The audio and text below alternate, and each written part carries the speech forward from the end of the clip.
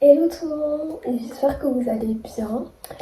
Donc aujourd'hui, en fait, on va parler d'un sujet, se préserver, comme vous l'avez vu dans le titre. Alors tout d'abord, je tiens à préciser que cette vidéo ne s'adresse pas qu'aux chrétiens parce que certes, j'ai beaucoup appuyé sur des versets de la Bible. T'as pas besoin d'y croire pour savoir que c'est vrai, genre c'est des versets logiques. C'est logique. Après, bon, certes, ça parle de Dieu et tout, mais ça peut quand même s'adresser à ceux qui ne sont pas chrétiens parce que c'est genre vraiment une façon de penser en fait. J'avais pas besoin d'être chrétien pour penser ça, vous voyez. Se préserver, qu'est-ce que c'est? Parce que c'est vrai que pour certains ça peut paraître vague. Moi, avant que je me mette dedans, parce qu'avant je me préparais pas du tout. Donc avant, pour moi ça me paraissait vague. Pour moi, se préserver c'était mettre le voile. Mettre le voile et ne pas avoir de rapport avant le mariage. Mais pas du tout. Enfin, oui, mais c'est pas que ça, genre. Selon le dictionnaire, se préserver, c'est mettre à l'abri d'eux et protéger. Et selon moi, en gros, se préserver, ça correspond à se respecter, en fait, à garder une certaine dignité. J'ai peur de dire de la mauvaise manière et que ça peut en impacter mauvaisement. Genre, en vexer certains. Mais en mode, tu vas pas t'afficher devant les autres, tu te respectes. Tu as de la dignité envers toi-même en fait. En fait, c'est avoir conscience de sa valeur, se préserver. Comme il est dit dans la Bible, en Corinthiens 6 au verset 19, ne savez-vous pas que votre corps est le temple du Saint-Esprit? Cet esprit est en vous et que vous avez reçu de Dieu et que vous ne vous appartenez pas à vous-même. Alors, déjà, nous sommes le temple du Saint-Esprit. C'est-à-dire, tu sais, quand tu rentres dans une église, tu es dans le temple de Dieu. Et Dieu, il est dans l'église, quoi, c'est logique. Immatériellement, il est là. C'est le tatouage, par exemple. Quand ça glorifie pas Dieu, pour moi, c'est comme si tu taguais une église. Tu vois, c'est pareil. En gros, notre corps, c'est comme une église, mais c'est un corps. Et donc, on ne fait pas n'importe quoi avec notre corps. En plus, il est dit que cet esprit qui est en nous nous a été donné par Dieu. Et aussi parce qu'on ne s'appartient pas à nous-mêmes. On appartient à qui? On appartient à Dieu. On est la propriété de Dieu. Ça, je vais revenir plus tard dans la vidéo. On est les princesses et les princes de l'Éternel. Donc, on ne va pas faire n'importe quoi en fait. Donc, 3 points à retenir sur ce verset. C'est que on est le temple du Saint-Esprit. Et il habite en nous. Et déjà, il nous a été donné par Dieu. C'est lui, il a dit, lui, je vais lui donner le Saint-Esprit. Donc, on ne fait pas n'importe quoi avec. Le 3e point, c'est qu'on ne s'appartient pas à soi-même. On appartient à Dieu. Logiquement. On est la propriété de Dieu. Et on a été créé par lui. Donc il faut prendre soin de ce qu'il a créé, il faut prendre soin de ce qui lui appartient. C'est comme en tant que chrétien, on va prendre soin les uns des autres parce que on est tous créés par Dieu, il faut prendre soin de chacun d'entre nous. Mais il faut aussi prendre soin de nous-mêmes et ça passe par le fait de se préserver. Je dis ça en toute bienveillance parce que étant passé par là, par toutes les manières que ce soit, en fait ça a tellement de mauvais impact en fait sur notre vie. Quand on commence à se préserver, chrétien ou pas chrétien, même quand on n'est pas chrétien, alors c'est vrai que du coup ça peut perdre tout son sens, mais en réalité non, genre ça apporte une paix en soi, vraiment. Se préserver, c'est prendre conscience de qui on est. On n'est pas n'importe qui, on est les princes et princesses de l'Éternel, on est aussi les enfants de Dieu. En fait, c'est aussi prendre conscience de son identité en Christ. Par exemple, tu sais, t'es en mini-jupe, grande décolletée comme ça dans la voiture avec ton père. C'est vrai, ça peut pas être gênant. Après, pour certains, ça l'est pas, mais imagine si c'est avec Dieu, que t'es comme ça, Dieu il conduit et toi t'es habillé comme ça. En fait, surtout vu la sainteté de Dieu, tu peux pas te permettre d'être habillé comme ça à côté de quelqu'un d'aussi saint. Et Dieu il habite en toi. Donc toi aussi tu es saint concrètement. Mais pourquoi tu vas te désanctifier? Je sais pas si ça se dit. Mais en fait, on est saint et donc il faut garder cette sainteté-là. Et ça a été bien fait. Déjà la vie éternelle, premièrement, mais Dieu il va pouvoir se révéler à nous et aux autres à travers nous, rien qu'en se préservant. Après, il n'y a pas que ça, mais on va voir ça dans la suite. Il y a 3 manières de se préserver. C'est dans la manière dont on se présente. C'est dans notre façon de parler, dans notre façon d'être, dans notre façon de s'habiller. Oui, aïe aïe, j'ai un bobo. C'est dans la façon dont on se présente aux autres. Il y a un verset, donc 1 Timothée 2 au verset 9. Je veux aussi que les femmes, vêtues d'une manière décente, avec pudeur et modestie, en gros avec simplicité aussi, ne se parent ni de tresses, ni d'or, ni de perles, ni d'habits somptueux. Alors ça veut pas dire que tu peux bien t'habiller, que tu peux pas bien t'habiller, qu'il faut rester en jogging et tout, que tu peux pas être belle. Non, non, non. Mais ça veut dire qu'il faut pas genre porter des trucs extravagants. L'un des points importants en gros du christianisme, c'est l'humilité. Je veux dire, on est personne dans le sens où on n'a pas à se prendre de haut. Parce que y a un verset qui, d'ailleurs il est dit plusieurs fois dans la Bible, les derniers seront les premiers. Donc ça sert à rien de vouloir passer au-dessus des autres. Jésus il est venu sur terre pour servir, pas pour être servi. On doit faire de même, et donc aussi par l'habillement, par la manière dont on parle, par la manière dont on se comporte avec les autres, notre comportement aussi, les filles, et pas que les filles d'ailleurs. C'est super important notre comportement. Il y a un autre verset, attendez, parce que là j'ai plein de versets. Là j'ai une ribambelle de versets. Proverbe 31, alors Proverbe 31, c'est pas n'importe quel proverbe. Verset 26, elle ouvre la bouche avec sagesse et des instructions aimables sont sur sa langue. Donc ça sert à rien de parler pour rien dire, ça sert à rien de parler méchamment aussi. Bah déjà, ça apporte rien de bien dans la vie, même s'il y a des gens qui parlent méchamment. Après ça je m'égare un peu du sujet. Mais même s'il y a des gens qui parlent méchamment, voilà, tu te préserves de la méchanceté. Il n'y a pas que se préserver de je ne sais quoi, aussi se préserver de la méchanceté, de toute chose mauvaise. En fait, quand quelqu'un te parle mal, tu réponds avec gentillesse. Ne vous laissez pas vaincre par le mal, mais soyez vainqueurs du mal par le bien. Ça, c'est mon verset préféré. Donc, une autre façon de se préserver, on le sait tous, on le sait toutes. Et c'est très dur, je le conçois. Mais c'est pour la gloire de Dieu et c'est pour aussi notre bien. C'est les relations. Ah là là là là là. Amoureuse, ça certes.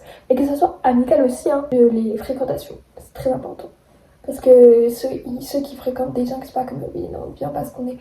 Bah certes, t'es peut-être pas leurs jumeaux, mais ça impacte quand même un minimum sur ce que tu es toi. C'est pour ça qu'il faut faire super attention aux fréquentations.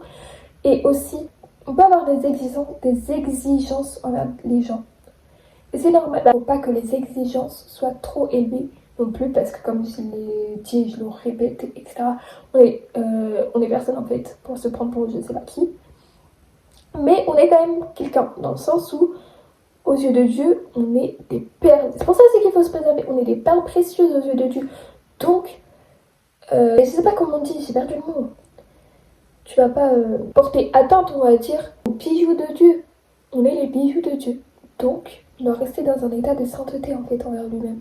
Et envers nous-mêmes. La fornication, voilà. On va le dire très clairement, la fornication. C'est 10 mots pour mon Bible dans une version. J'ai déjà vu le mot fornication. Fornication. Je vous mets le verset. C'est 10 mots pour mots là, parce qu'il y en a. Ça va m'vexer, peut-être, j'espère pas. S'il vous plaît. C'est pas pour m'vexer. On le fait, mais il va finir par me marier. Alors déjà, t'es messie pour savoir. Non mais c'est pas méchant, en fait j'ai peur de dire ça trop méchamment. En fait on est personne pour savoir, on n'est pas devant, on n'est pas vaillant, mais non. Alors peut-être que Dieu t'a dit oui, vous allez vous marier et tout, mais c'est pas une raison. Comme j'ai dit, il faut rester dans un état de sainteté. C'est pas en faisant ça qu'on va rendre gloire à Dieu. Pour rendre gloire à Dieu, il faut attendre le mariage. Désolée, c'est dit dans la Bible. 1 Corinthiens 7 verset 8. Mais si vous ne pouvez pas être maître de votre corps, mariez-vous. Vaut mieux se marier que de brûler de désir. Surtout dans notre religion à nous, c'est hyper sous-côté de se préserver de cette manière-là. Enfin, de se préserver tout court d'ailleurs. Mais genre de garder notre corps sain jusqu'au mariage, c'est hyper sous-côté. C'est la société et tout, on n'est plus comme ça, genre. Il y a un verset qui dit, je crois que c'est ne vous conformez pas au siècle présent, mais soyez renouvelés par le renouvellement de l'intelligence. Non, il y a un verset qui dit ça, ne vous conformez pas au siècle présent. Et donc, il n'y a pas de oui, non, mais notre société maintenant. En fait, Dieu, c'est le même hier, demain, aujourd'hui. C'est le même pour tout, genre de Abraham jusqu'à Jésus, jusqu'à maintenant. Ça a toujours été le même, il n'a pas changé. Donc, on ne doit pas changer aussi, sous prétexte que les païens ils font comme ça. On est justement censé se différencier d'eux et rester dans la sainteté. Il y a un verset, c'est que ce que Dieu veut, c'est votre progression dans la sainteté. C'est que vous absteniez de l'immoralité sexuelle. Il y a une version qui dit, écoutez, tendez l'oreille s'il vous plaît. Ce que Dieu veut, c'est que vous soyez entièrement à lui. N'ayez pas une vie immorale.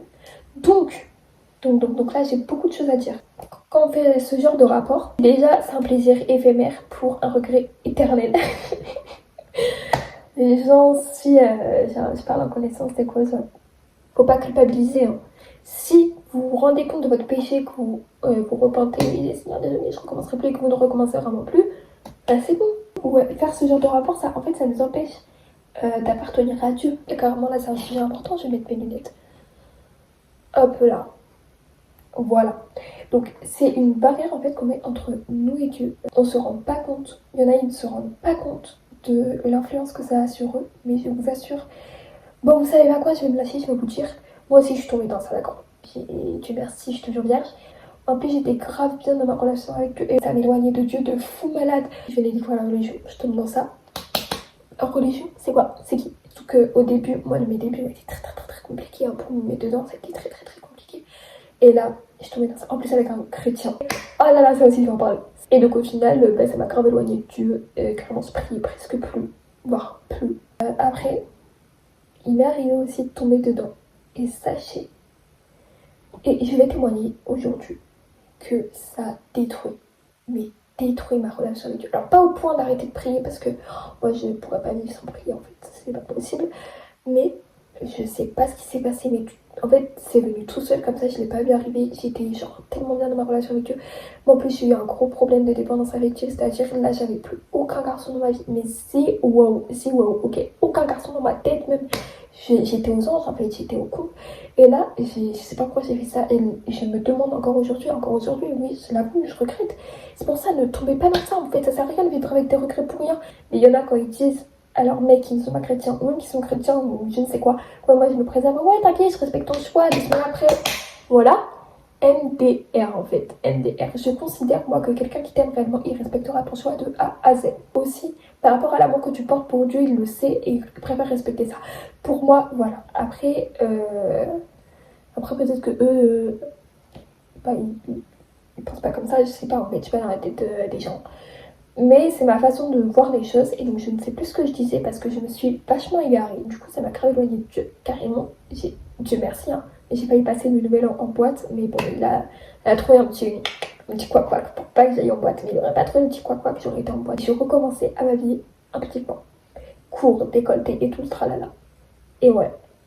Alors que ça faisait depuis j'avais grave arrêté ça, genre ça faisait, et même je suis retombée dans des péchés, ça faisait depuis j'avais arrêté, j'étais toujours vénère avec ma mère et ma soeur, je m'embrouillais toujours avec tout le monde en fait, même avec mes copines, même en moi j'avais pas la paix, je me sentais mais loin de Dieu, je priais, mais je savais très bien ce que je faisais, et après j'ai arrêté du coup, parce qu'on s'est séparés, je l'ai quitté, et je me sentais tellement mieux, oh là là, voilà, mais ne faites jamais ça s'il vous plaît, ne faites jamais ça, au pire, comme il est dit dans la Bible, au pire si vous voulez faire, mariez-vous et puis voilà, là vous ferez autant que vous voudrez, mais au bout d'un moment donné, en fait il n'y a pas d'excuse à avoir. Quand la Bible a dit un truc, elle le dit, et oui mais moi j'ai pas pensé ça, ouais mais l'église en général elle a pensé comme ça, alors vaut mieux se fixer sur des interprétations de l'église que sur des interprétations personnelles, parce que des fois le diable il passe par la Bible pour nous parler, pour nous essayer de nous... Non, ça marche pas, ça marche plus. Donc, en fait, c'est pour notre bien. On se dit, ouais, moi j'ai vraiment envie et tout. Je vois pas en vrai que ça va rien faire. Bah, si. Écoutez-moi en fait, s'il vous plaît, c'est pour votre bien. Et ça a vraiment des conséquences spirituelles. Genre, même moi, je sais pas comment ça marche. Moi, je me demande comment c'est possible que ça fasse ça. Genre, quand on le fait, on donne notre corps à la personne.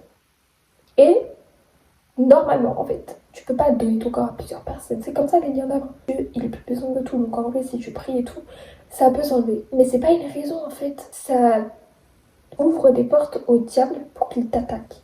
Pour qu'il puisse t'attaquer par n'importe quel moyen. J'en suis la preuve, regardez, boîte, alcool, vêtements impudiques. Je m'affichais, je recommençais à poster des stories de moi qui montraient mon corps et tout.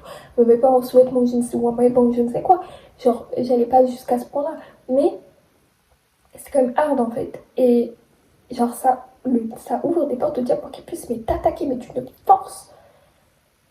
Je pense que c'est la meilleure technique. Le diable quand il voit ça, je pense qu'il est trop content parce que genre c'est ce qui lui permet le mieux, je pense, de nous éloigner de Dieu. Parce que ça affecte tous les points de la vie en fait. Ça nous sépare vraiment de lui. Ça, c'est... Là de base il y a toi et Dieu. Toi tu offres ton corps à quelqu'un hors mariage. Donc Dieu il est là, toi t'es là-bas.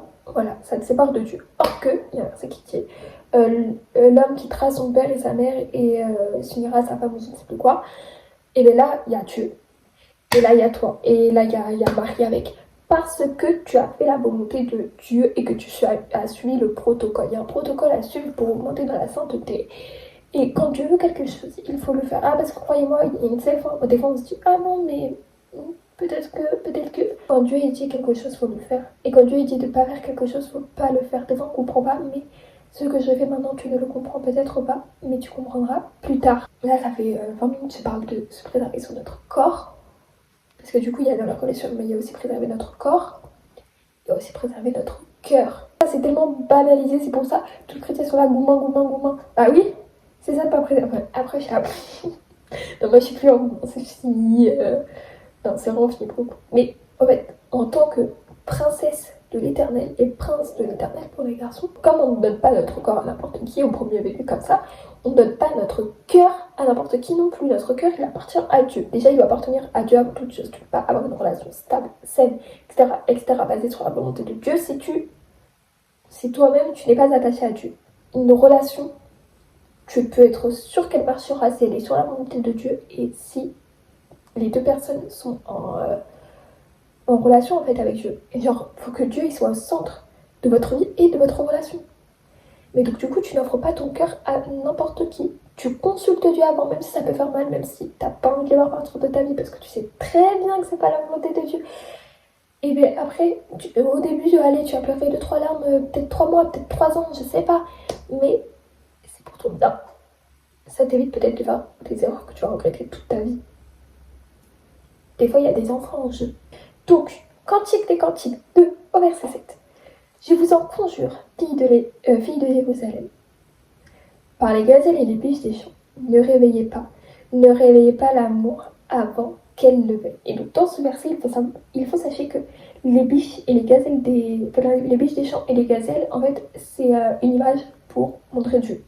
Donc, ne réveillez pas l'amour avant que Dieu le veuille, en fait, tout simplement. Parce que il y a un problème que certains peuvent avoir face. Ça, je le conçois, c'est la dépendance affective. Et ben en fait, il faut se remettre à Dieu. Alors ça va être très long. Il faut être radical des fois, hein. Je suis désolée, mais il faut être radical. Après, pour certains ça marche pas, il faut peut-être être un petit peu plus doux. Hein, sans se mettre la pression radicale, d'accord, mais sans se mettre la pression parce qu'on sait que Dieu fera toutes choses bonnes en son temps. Il faut couper court avec tous les garçons. Ou les filles, bref, si vous êtes en dépendance affective, coupez court, direct, concentrez-vous sur Dieu. Des fois, même pendant les vacances, vous en profitez pour, en fait, vous concentrer sur Dieu. Cet été, par exemple, moi, je me rappelle, et quand je me suis rapprochée de Dieu, genre quand j'ai commencé à vraiment approfondir ma foi, c'était pendant l'été, l'été 2023. Oui, c'est ça, été 2023, mais oh my god. Bref, faut avoir confiance en son plan. Vous verrez. C'est sûr qu'en se remettant pas à Dieu, on peut pas s'en sortir. C'est sûr.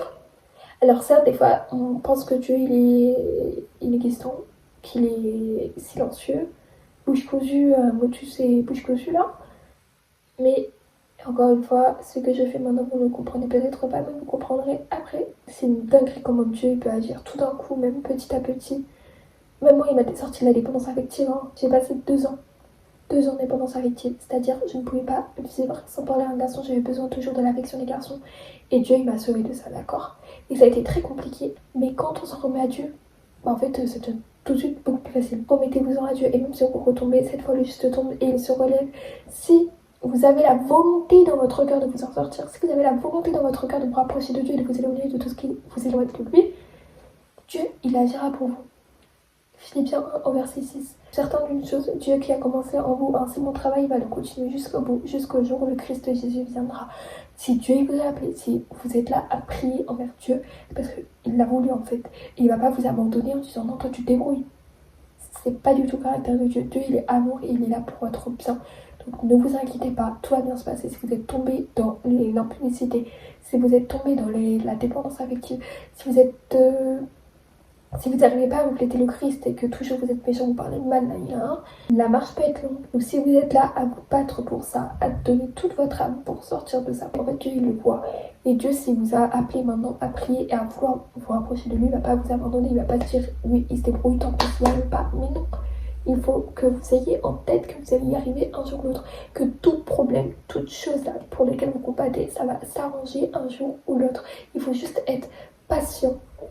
et être concentré surtout. Marcher dans l'intégrité. Il faut être très intègre. Et Siracide 8, verset 19. Ce verset, je l'aime trop. N'ouvre pas ton cœur à n'importe qui. Personne ne te remerciera. On peut pas être plus clair, on peut pas être plus net, on peut pas être... on peut pas. Je le répète, n'ouvre pas ton cœur à n'importe qui. Personne ne te remerciera. Tu consultes Dieu avant. Et même après, tu demandes à Dieu. Même si t'as pas envie que la personne parte. Et je connais. Et la prière, enlever de toute personne qui n'est pas censée être dans ma vie. C'est fait, c'est... Voilà. Et vous verrez qu'après, vous lui direz, puis heureusement que j'ai fait cette prière. Je sais pas comment j'aurais fait sinon. Ça, il suffit de le vivre pour le comprendre. Donc vraiment, j'ai prié pour que Dieu ouvre votre cœur, ouvre votre esprit sur ce point-là. Voilà, de tout ce que j'avais à vous dire. Je pense que c'est suffisant, non? Donc voilà, se préserver, en fait, c'est juste se respecter. Comme j'ai dit en début de vidéo, en fait, se protéger de tout mal qui peut vous attendre. Que ce soit dans les relations ou avec vous-même, ou voilà, qui peut vous éloigner de Dieu. Mettre une barrière pour que ça soit juste vous et Dieu. Si c'est la volonté de Dieu, tant mieux, tu viens avec moi. Si c'est pas la volonté de Dieu, non, tu restes derrière la barrière, d'accord? Parce que ça a des impacts vraiment négatifs. C'est pas négligé, c'est très grave des fois. C'est très grave ce que ça peut engendrer. Et en vrai de vrai, mariez-vous. Mariez-vous si vous avez envie. En tout cas, j'espère que ça vous aura édifié, que ça vous aura ouvert les yeux. Moi, c'est surtout ça mon but en fait. Que Dieu vous ouvre les yeux. Et soyez bénis. Bisous, bisous. Et à la prochaine.